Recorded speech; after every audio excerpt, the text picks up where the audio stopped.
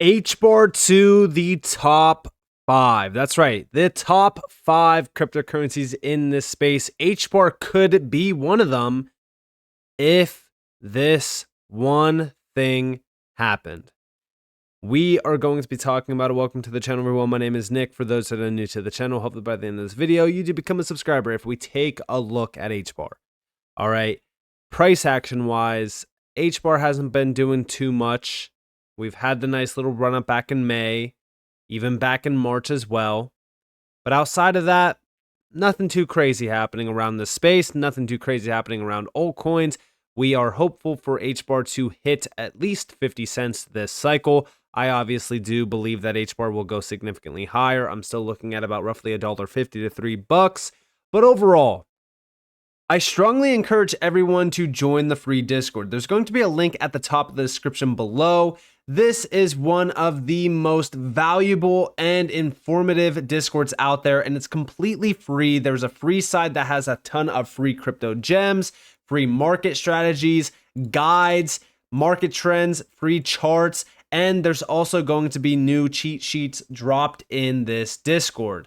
And already, we have a ton of testimonials from members of the Discord that have been absolutely loving it. So what are you waiting for? Go and click the link at the top of the description below and join the free Discord. If we are looking at Hbar, technically speaking, Hbar should be in the top 5. I mean, top 10 if we're being conservative, right? Right now, it should be. There's no questions about that. Hedera should be in the top 10, top 5. If this was 2017, 2018, Hbar already would have been there. Even if it was 2020 into 2021, Hbar would already have been there. Just off of the announcements, just off of the news, just off of, what's happening around Hedera. It's crazy that it's not. But it's because of one thing. And we're going to talk about that. But first, let's address what Hbar would look like if it was in the top 5. Hbar would be sitting at $33.65 billion market cap if it had XRP's market cap, which is the 5th largest project. 90, almost 4 cents for Hbar. An upside of 13.57x if it was in the top 5. Solana 35x, $2.42. BNB, $2.52, a 36.5x. But what's stopping Hbar from getting to these levels? Well, we're going to address it, like I said, but I want to start off with a few things happening right now around Hedera that's kind of leading us down the path to Hbar becoming a top 10, top 5 contender. So QuickNode recently announced that they are supporting the Hedera mainnet and the testnet. This is actually very exciting because this is infrastructure. This is Web3 infrastructure technically, where you can learn, build, and scale any application, any network. Over here we have a multi-chain future is awaiting. And through QuickNode, this is pretty much made accessible. And we can see you can access 44 chains across 80 plus networks. Whether you need mainnet, testnet, full, or archive data, we have you covered. And we can see all of the networks here. Very, very substantial list. And now, of course, we have Hedera tapped in, which is a very good thing to see. Love to see it. And we could actually see here, Hedera is an open source proof of stake public network for deploying decentralized applications. And we can see the full feature set, of course, of Hedera as well. So love to see this. Nothing too crazy there. But more so talking about developers, talking about Hedera and being in the top 5. What's funny about this is over here from Diffuse Labs, we have Hedera has more core developers than BNB, Base, and Solana combined. That's right. All 3 combined. We're talking about 2 here that are in the top 5, BNB and Solana, that have an $86.7 billion and a almost $5 billion market cap. Over the past 3 years, Hedera has seen a 3.5x increase in core developers, while Solana has experienced a slight decrease. As more Web2 companies transition to blockchain, it will be interesting to see which chain continues to grow, as I believe this is an important metric for sustainability. And yeah, I mean, listen, right now, core developers 109. We'll actually go over here. We could see currently 110 in the month of July. In the month of June, it was 111. In the month of May, it was 112. And in the month of April, which hit the all-time high for developers, 122. And by the way, commits in June, 13,350. Right now, it's about 3,650. This is insane in terms of the activity that is being pushed by Hedera devs right now. And a lot of this, when I really kind of look at what's going on here, I look at Ethereum, I look at Solana, I look at these big players because, these are the pioneers, the leaders in this space, if you will. And, if we just look at TVL alone, obviously these two are absolutely killing Hedera.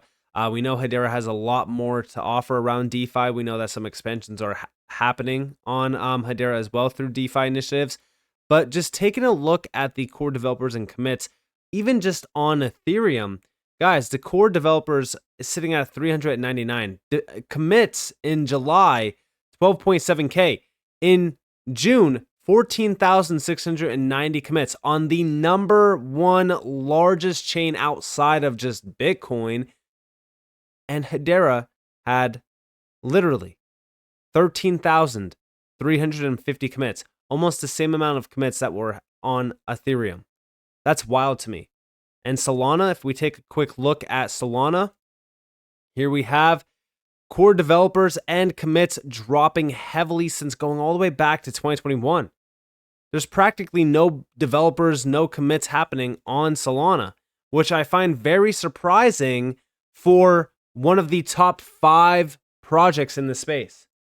Not to even mention the fact that Solana is constantly going down. It has a lot of issues. And again, I'm not a maxi when it comes to Hbar or anything like that. I'm just realistic here. But building on top of that, let's address what's happening with Hedera. So over here we have Karate Combat. Now this was KC48, 2.4 million views, incredible engagement, nothing too crazy there. Karate Combat has been growing substantially. It's one thing that I have been fully focused on because, as we really look at crypto mass adoption, we need to bridge the gap to specific things like sports, gaming, things that is going to bring in millions and millions of users. And as we really kind of look at sports, it is one of the largest areas to focus on, specifically combat sports. I mean, when we look at the largest podcast out there, Joe Rogan's podcast, guess what? He loves combat sports. He's talked about Karate Combat on multiple occasions. This is where we focus on Karate Combat.